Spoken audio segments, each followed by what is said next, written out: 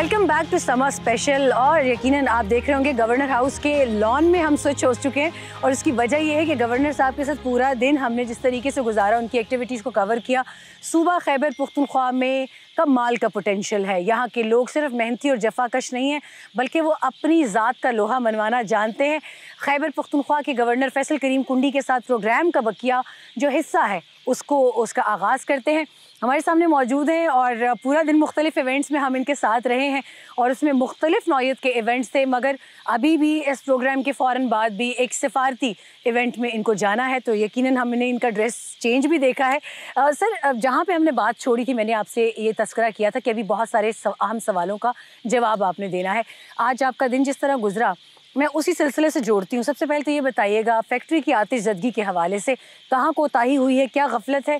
अभी तक इस हवाले से कोई इंक्वायरी बोर्ड तश्कील दिया गया, और अगर दिया गया है तो उसकी फाइंडिंग्स से किस हद तक हम पुरुमीद हो सकते हैं? देखें, सारा दिन आप और आपकी टीम हमारे साथ थी। हमने आज फैक्ट्री का विज़िट किया जिसपे जो है 3 दिन 4 दिन आग लगी रही। अनफॉर्चुनेटली देखें कि उन्होंने हमें बताया 6 उनकी अपनी फायर ब्रिगेड्स थी।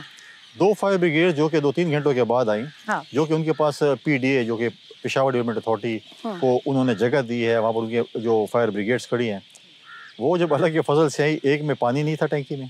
अच्छा। और दूसरे ने कहा कि बस मेरे पास इतना ही फ्यूल है और मैं फ्यूल नहीं, फिर फ्यूल डाल के दिया। और उसके बाद मेजॉरिटी हमारी जो 112 की जो फायर ब्रिगेड्स हैं वो इस वक्त इस्लामाबाद में जो है वो है, क्योंकि वो भी उस काफिले में शामिल थे कि जो अडियाला से कैदी छुड़वाने के लिए जा रहे थे। और सूबाई हुकूमत ने फेडरल हुकूमत के मुकाबले में यहाँ पे जो स्टेट के मुकाबले में स्टेट को लड़ाने की कोशिश की कि पुलिस भी लड़े, फायर ब्रिगेड वाले भी लड़े, एम्बुलेंसेस भी हों, तो अभी तक वो उधर हैं। तो फायर ब्रिगेड का मुजाहिरों में क्या काम था इस्लामाबाद? ये तो इनको पता होगा किस लिए उन्होंने इस्तेमाल की, किस लिए लेके गए, अभी वो उधर ही हैं। जब आग लगी तो मुझे, जब इन्होंने बिजनेस कम्युनिटी से रब्ता किया तो उनको एयरफोर्स की फायर ब्रिगेड या हेली ज़रूरत था। तो मैंने रिक्वेस्ट की, फ़ौज ने भी अपना किरदार अदा किया, एयरफोर्स ने भी किया। लेकिन सवाल ये है कि फ़ौज जाएगी, सरहदों की हिफाजत भी करेगी, इंटरनल ऑपरेशंस भी करेगी, सैलाब और ज़लज़ले में भी जाएगी, आग भी वो भी जाएगी, तो सिविल हुकूमत क्या करेगी? अब यहीं पर एक चीज़ और इसको एक्सेलरेट करती है, दहशतगर्दी। सूबे में दहशतगर्दी के वाक़यात दिन ब दिन बढ़ते जा रहे हैं। कुछ रोज़ पहले भी हमने एक यंग कैडेट को शहीद होते देखा। जेंटलमैन कैडेट अपने रास्ते पर था कि वो एक ऑफिसर बनेगा, मुल्क की खिदमत करेगा, और उसने एक मस्जिद में अपने लोगों को बचाते हुए शहादत का रुतबा पाया है, मगर उसके ऊपर कोई किसी किस्म का कोई ताज़ियती बयान खैबर पुख्तनख्वा हुकूमत की जानिब से नहीं देखा गया। आपकी जानिब से उसके ऊपर एक ताज़ियती बयान आया है, मगर ये वाक़यात ज़्यादा होते जाएंगे। क्या फिर ये फ़ौज का काम ये रह जाएगा कि एक तो उन्होंने अफसर बना कर भेजने हैं शहीद करवाने के लिए, और फिर जो भी अफसर नहीं बने, अगर वो अपने आबाई गांव जाते हैं तो वहाँ भी उनका काम यही है कि उन्होंने अभी ओथ लेते ही, एकेडमी ज्वाइन करते ही अपना वो काम शुरू कर देना है जो उनके ऊपर लाजिम होता है अफसर बनने के बाद या बाकायदा आर्मी ज्वाइन करने के बाद। देखिए, बड़ा अफसोसनाक वाक़या ये पेश हुआ था। उससे पहले 10 FC के नौजवान शहीद हुए लीगी खान में दर्जने में, फिर ये हुआ, फिर लकी मरत में एक SHO जो है इंस्पेक्टर शहीद हुए, उसके बाद सब इंस्पेक्टर जो है कोहाट में उसी दिन सारी शहादतें हुई। तो पुलिस और फौज जो है वो शहादतें दे रही इस मुल्क के लिए, बहुत कुर्बानी, और उनको बैकअप चाहिए हुकूमत का। अनफॉर्चुनेटली जिन इलाकों में शहादतें हुई हैं, जिन इलाकों में चीज़ हुई है, हक तो ये है कि हमारी सूबाई हुकूमत के CM साहब, उनके नुमाइंदे वहाँ पर, उनको चाहिए कि वो जाएँ, उनके साथ अपना उनके दुख दर्द में शरीक हों। लेकिन बड़ा अनफॉर्चुनेट है कि हम स्टेटमेंट देने को भी तैयार नहीं हैं। हम ये भी नहीं कह रहे कि हमने दहशतगर्दी के खिलाफ जंग लड़नी है, हमने दहशतगर्दों का कला कमा करना है। कोई स्टेटमेंट देने को तैयार नहीं है कि हम दहशतगर्दी के खिलाफ क्या करना चाहते हैं। उनकी जो है एक मुजरिमाना खामोशी जो है एक बहुत बड़ा सवाल निशान है। यहाँ पर CTD के किरदार पर भी बात उठती है। गवर्नर साहब, खैबर पुख्तनख्वा में भी और बलूचिस्तान में भी CTD की अदालतें CTD की केसेस के मुताबिक ज़्यादा होनी चाहिए थी, मगर एहलकारों की तादाद, उनके फील्ड ऑपरेटिव्स की तादाद इंतहाई कम है।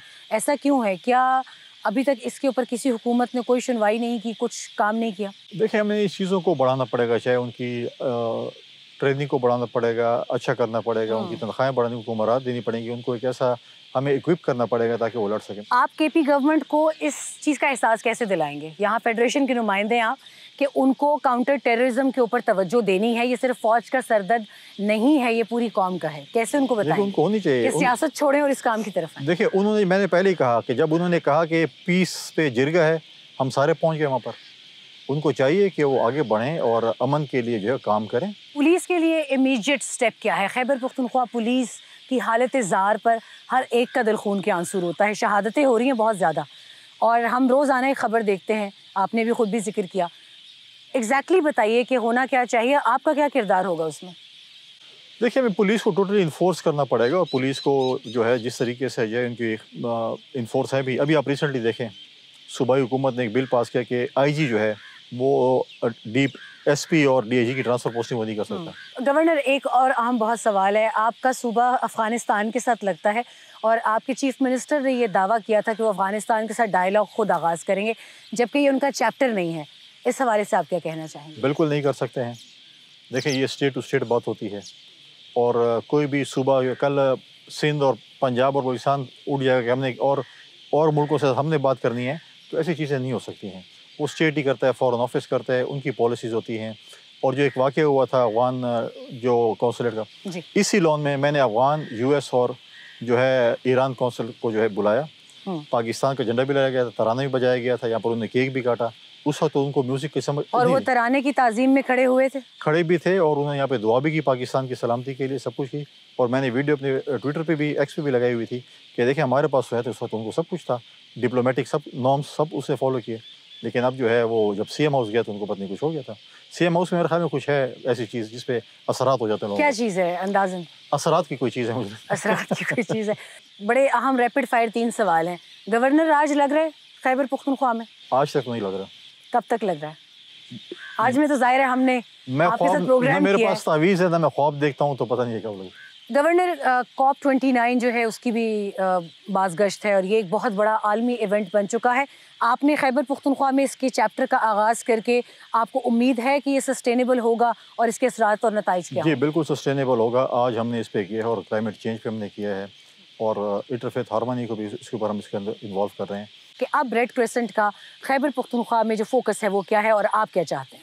देखिए, रेड क्रिसेंट जो है कि इंटरनेशनल लोन ज़्यादा मेजॉरिटी को सपोर्ट करती है। गवर्नर इसका जो है यहाँ पर हेड होता है, पूरे मुल्क में जो है वो प्रेसिडेंट साहब होते हैं। उसको हम आज भी हमारे इसके ऊपर मीटिंग हुई थी, मर्ज डिस्ट्रिक्ट के हवाले से हुई थी, सेटल्ड एरिया के हवाले से हुई थी और इंशाल्लाह ताला हम इसके ऊपर काम कर रहे हैं और बहुत जल्दी जो है इंशाल्लाह ताला आप देखेंगे कि यहाँ पर रेड क्रिसेंट के ज़रिए जो है हम इसको काम को आगे लेकर जाएंगे। गवर्नर खैबर पख्तूनख्वा फैसल करीम कुंडी, आपसे प्रोग्राम के आखिरी हिस्से में मैं जानना चाहूँगी कि overall, looking at the overall situation, pulse of the country, pulse of the province, what is your message right now?